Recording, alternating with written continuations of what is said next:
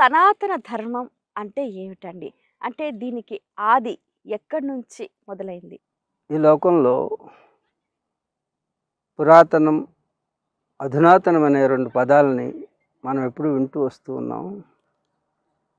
పురాతనం అంటే ancient culture అని, అధునాతనం అంటే మోడర్న్ కల్చర్ అని. ఇప్పుడు ప్రపంచమంతా కూడా ఆధునికమైనటువంటి సాంప్రదాయం, కల్చర్ అంటే సాంప్రదాయం. ఈ సాంప్రదాయంగా ఆధునికమైనటువంటి పోకడలకు పోతుంది. మరి పురాతనం అంటే చాలా పాత అలవాట్లు, పాత సాంప్రదాయాలు అనేటటువంటి ఒక పాత సంస్కారాన్ని, పాత సంప్రదాయాలని వదిలేసి ఈరోజు ఆధునిక పోకడలు పోతుంది ప్రపంచం అంతా కూడా. ఆధునికత పేరుతో అనేక అనర్థదాయకమైనటువంటి పనులు చేస్తూ విశ్వ ధర్మానికి హాని కలిగిస్తూ ఆధునిక పోకడలు. కాళ్ళతో నడిచేవాళ్ళం కార్లతో నడుస్తున్నాం. కాళ్ళు నడవకుండా అనేక రోగాలకి మూల కారణమవుతుంది. అంటే పాత సాంప్రదాయాన్ని ఆచరించడం ద్వారా, పురాతన సాంప్రదాయం ఆచరించడం ద్వారా మనకి ఎన్నో రకాలైనటువంటి మేలు జనజీవన స్రవంతిలో కలిగేవి. ఆ మేళ్ళు మన శరీరాన్ని ఒక ఆయుధంగా వాడేవాళ్ళం, ఒక వాహనంగా వాడేవాళ్ళం, ఒక సాధనంగా వాడేవాళ్ళం. ఆ పాత సాంప్రదాయాన్ని వదిలేసి ఒక ఆధునిక పోకడతో కాళ్ళను వదిలి కార్లకి, ఆకాశంలో విహరించడానికి విమానాలు, ఒక ప్రాంతం నుంచి ఇంకొక ప్రాంతానికి సులభంగా వెళ్ళడం అంటే శారీరక కష్టాన్ని తగ్గించి, శారీరక సుఖాన్ని పెంచి, ఆ సుఖం ద్వారా భోగాన్ని అనుభవించడానికి ఈ ఆధునిక సాంప్రదాయాలన్నీ కూడా వచ్చినాయి. ఇది మోడర్న్ కల్చర్. వాటి వలన మనకి లాభం లేదా అంటే, లాభం కంటే కీడే ఎక్కువ ఉన్నది అని అనిపిస్తుంది మాలాంటి వాళ్ళకి. అయితే మిగతా వాళ్ళకి ఎలా అనిపిస్తుందో అది వారికి సంబంధించిన విషయం. అయితే పురాతన సాంప్రదాయాలు అంటే మన బామ్మలు, మన తల్లిదండ్రులు, మన పుట్టించిన పూర్వీకులందరూ కూడా నిరంతరం వాళ్ళు ఆరోగ్యవంతంగా ఉండేవారు. ఎన్నో సంవత్సరాలు వాళ్ళకి నిరోగంగా బతికేవారు. కానీ ఆధునికమైనటువంటి పోకడలకి ఈ మోడర్న్ కల్చర్ వచ్చింది. అయితే మోడర్న్ కల్చర్ని ఆచరించాలా, పురాతనమైనటువంటి సాంప్రదాయాన్ని ఆచరించాలా? ఈ రెండింటి మధ్యన సంఘర్షణ జరుగుతున్నది ఇప్పుడు. అందుకే ఇప్పుడు అందరూ మిల్లెట్లు ఏవో ధాన్యాలు తినడం, చిరుధాన్యాలు తినడం, పాత పద్ధతికి అంతా వెళ్తున్నారు. అయితే సనాతన సాంప్రదాయం, ఈ రెండింటి మధ్యన ఉండేటువంటి ఒక పదం వచ్చింది. అదే సనాతన సాంప్రదాయం. సనాతన సాంప్రదాయం అంటే చాలామంది చాలా అర్థాలు చెబుతున్నారు. సనాతనం అనే దానికి ఇంతకుముందు చెప్పినట్టు ఆంగ్ల భాషలో ఉన్నటువంటి యాన్షియంట్ కల్చర్ కానీ, మోడర్న్ కల్చర్ కానీ ఈ మూడవ పదానికి అర్థం చెప్పలేకపోయింది. ఇది మన భాషలో మాత్రమే సనాతన సాంప్రదాయం. అంటే ఈ ప్రపంచమంతా కూడా అయితే పురాతన లేకపోతే అధునాతనం అనేది ఉంది. కానీ సనాతనం అనేటటువంటి పదం భారతదేశంలో మాత్రమే ఉంటుంది. మన తల్లి భారతి మాత్రమే ఈ సంస్కృతిని అందించగలిగింది. ఎందుచేతనంటే భారతదేశం వేద సంస్కృతి. ఆ వేద సంస్కృతిని ఆధారంగా చేసుకునే మన యొక్క సంస్కారం వృద్ధి చెందుతుంది. ఆ సంస్కారమే మన కర్మకు ఆధారం అవుతుంది. ఆ కర్మ బట్టి మన యొక్క జీవన విధానం ఉంటుంది. ఆ జీవన విధానాన్నే మన యొక్క సంప్రదాయం అంటాం.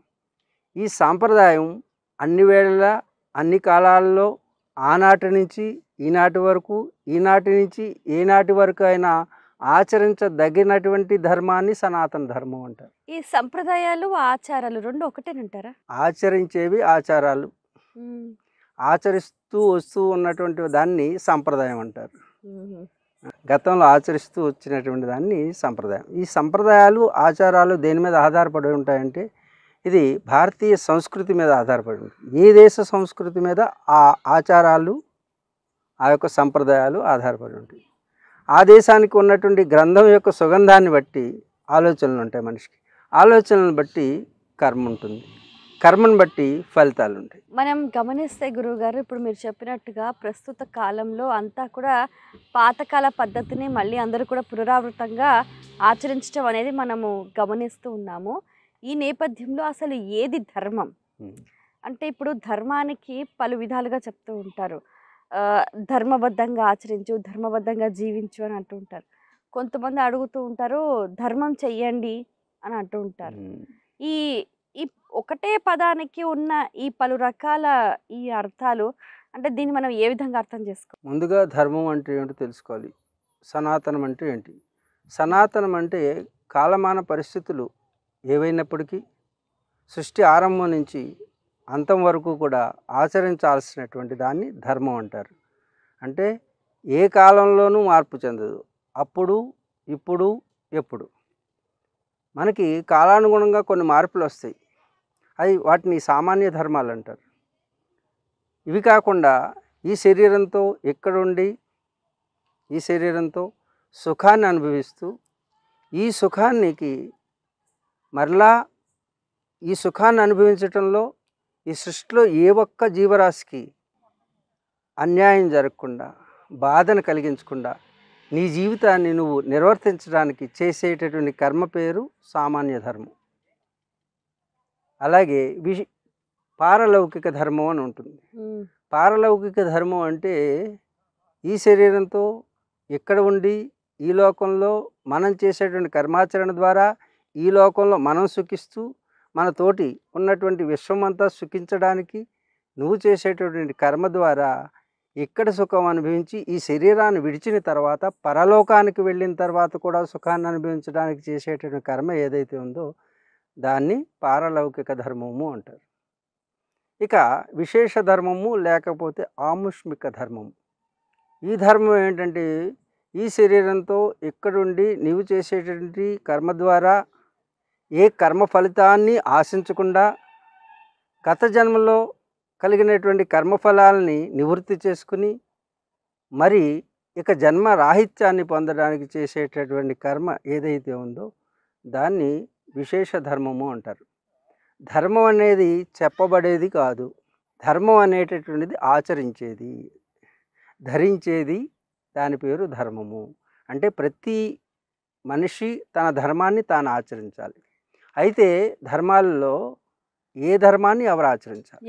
దీంట్లో సామాన్య ధర్మంలో మనకి పుత్రధర్మం అని, శిష్యధర్మం అని, భ్రాతృధర్మం అని, భర్తృధర్మం అని మన జీవితంలో ఎదురయ్యేటటువంటి ప్రతి సంఘటనకి ఒక ధర్మం ఉంటుంది.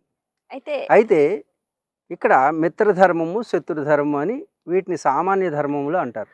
అంటే మనిషి పుట్టిన తర్వాత ఒక పుత్రుడు అవుతాడు.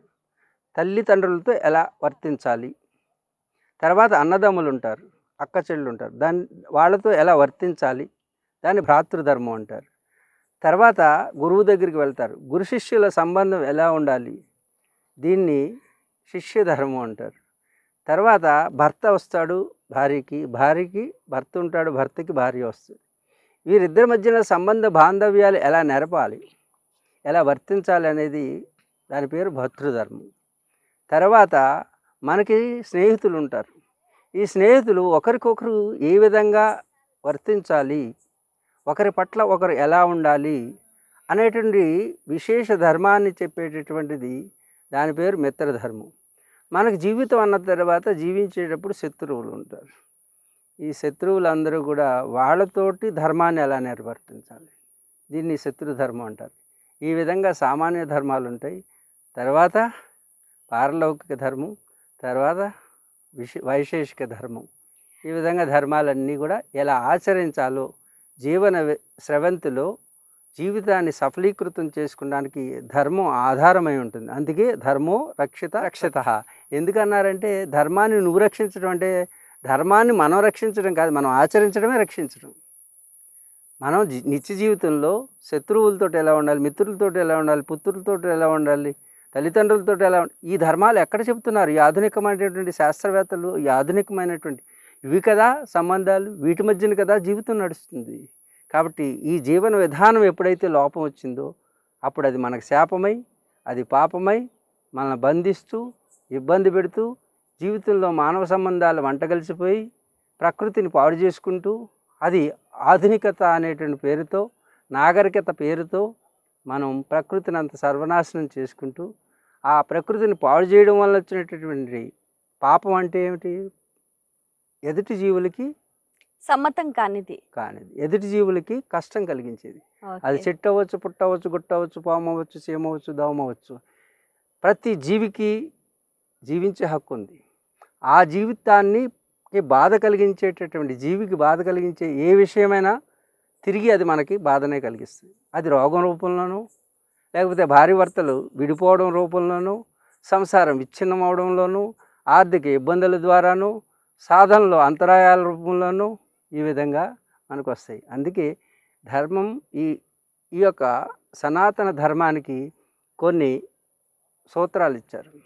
ఆ సూత్రాలను కనుక సరిగా తెలుసుకుంటే, వాటిని ఆచరిస్తే ఈ విషయంలో మనకి ఎలాంటి విఘాతం కలగకుండా, అవరోధం కలగకుండా, మానవ జీవిత లక్ష్యమైనటువంటి పరమ లక్ష్యమైనటువంటి మోక్షానికి అవరోధం కాకుండా హాయిగా ఆనందంగా ఈ లోకంలో జీవించేటటువంటి అధికారం మనకు వస్తుంది. అది ధర్మాన్ని రక్షించడం.